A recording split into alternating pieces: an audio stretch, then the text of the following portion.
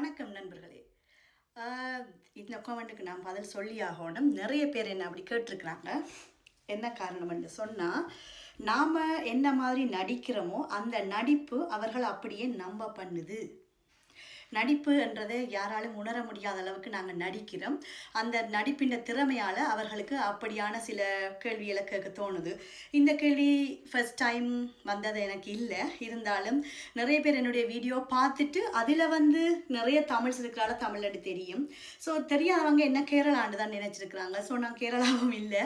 So அதுக்குரிய பதில் முதலே கொடுத்தேன் நான். பட் நீங்கள் நிறைய வீடியோ பார்த்துட்ருக்குறீங்க. ஸ்டில் உங்களுக்குரிய பதில் தான். நான் தமிழ் ஆள் தான். தமிழ் பிள்ளை, யாழ்ப்பாணத்தில் பிறந்து வளர்ந்த பிள்ளை தான். ஸோ ஓகே, தமிழ் பிள்ளையோ ஓகே.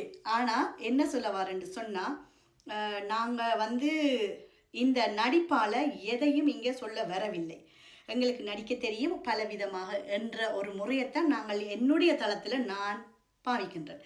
நாங்கள் நடிக்கிறத வச்சு நம்மளை பிழையாக இட போடுறது அது உங்களுடைய பிழையான எண்ணம்.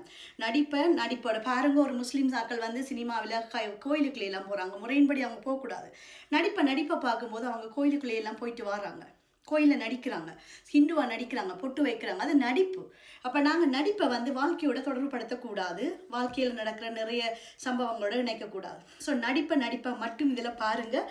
நான் யாழ்ப்பாணம் தமிழ் தான்.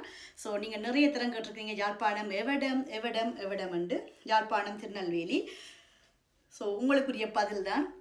வேறு எனக்கு இதில் சொல்ல தெரியல. ஏன் தேவையில்லாமல் நான் இதில் கதை கோட் பண்ணுறதுக்காண்டி இதில் வர்ற இல்லை. நான் நிறைய விதமான நடிப்பு இதில் நடிச்சிருக்கிறேன்.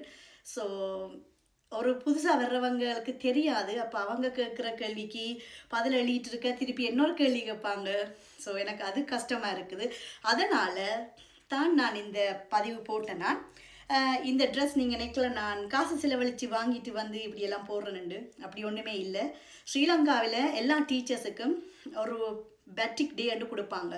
ஸோ ஸ்ரீலங்காவில் இருக்க டீச்சர்ஸுக்கு தெரியும் பேட்டிக் டேன்னு சொன்னால், அதாவது டீச்சர்ஸ் எல்லோரும் பேட்ரிக் சாரி போட வேணும் அந்த டேயில். ஸோ அப்போ என்னுடைய ஃப்ரெண்ட் எல்லாம் போடுவாங்க, ஸ்கூல் டீச்சர்ஸாக இருக்கிறாங்க. ஸோ அவங்க போட்டாங்க. அப்போ எனக்கு ஒரு கிஃப்ட் மாதிரி இதை சொன்னாங்க. அப்போ நான் அதை யூஸ் பண்ணினேன். அவ்வளோ அந்த இதுக்காண்டி பிள்ளைய எல்லாம் நினைப்பீங்க சாரி வாங்கி தச்சு எல்லாம் போட்டு மினக்கறாண்டு. அப்படி ஒன்றுமே நான் செய்தது கிடையாது. இது என்னுடைய ஃப்ரெண்டுட சாரி. அவளுக்கு ஹாப்பியாக இருக்கும் நான் அப்படி அவன்கிட்ட ட்ரெஸ் போட்டு வலிக்கிட்டதுக்கு. ஸோ அந்த வகையில் நான் இதை யூஸ் பண்ணியிருக்கிறேன். எனிவே தேங்க்யூ ஸோ மச் உங்களுடைய கமெண்ட்டுக்கு.